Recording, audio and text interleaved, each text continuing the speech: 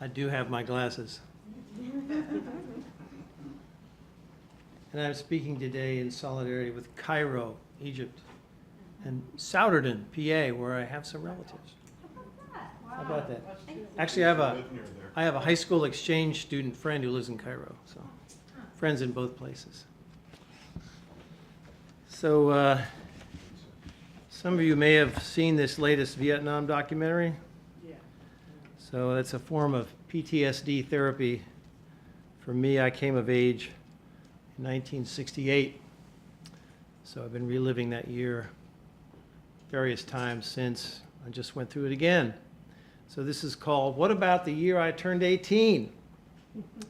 What about that James Earl Ray, that murderer of Martin Luther King?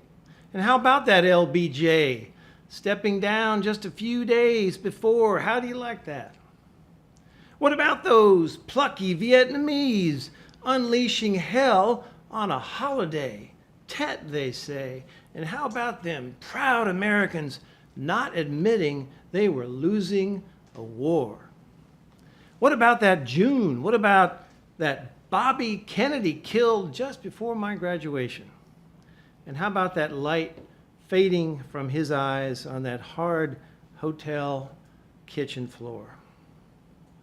What about that speech, that valedictory I was supposed to give? What about learning how to live before learning how to make a living? What about that first failed raid on the inarticulate? What about that shabby equipment, always unable to find words for that moment? What about Dick Daley and the Chicago Pigs and Tricky Dick and the best musicians overdosing and the rest of us descending into that numbness, not knowing what it was? What about that? How about it? What was it? Who was I then and who am I now? What about the best of us, once again, lacking all conviction? What about the worst, even fuller of passionate intensity, torches on our grounds, killing us with their muscle cars on our streets? And how about that fat pumpkinhead cartoon making Nixon look like an honorable man? What about them skinheads spewing the hatred our fathers fought that we would be spared? How about it, America? What about that shadow problem?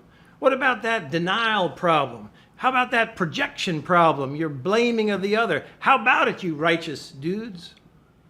What about those Russian hackers learning that sliming Hillary made better money, whipping resentment, making democracy smell bad? What about that, Vlad? What about that, Don? How about that internet thing whipping up resentment like so much barbecue sauce, mixed with that gasoline tossed on those charring corpses?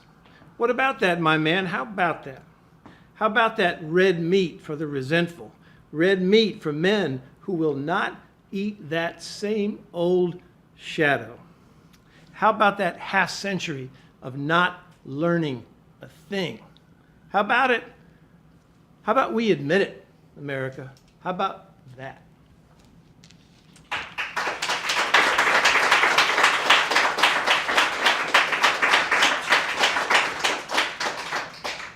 Whew. It got me worked up. And the second one is more about what happened in Charlottesville last month. It's written on my front porch in Fluvanna County, so it's a little quieter. It's called The Waning Moon We Trust with Our Lives. At dusk, the trees, so brilliant green in the western sun, merge back into the dark again. Some young male's machine shoots its backfires down the frontage road, spooking the mares again.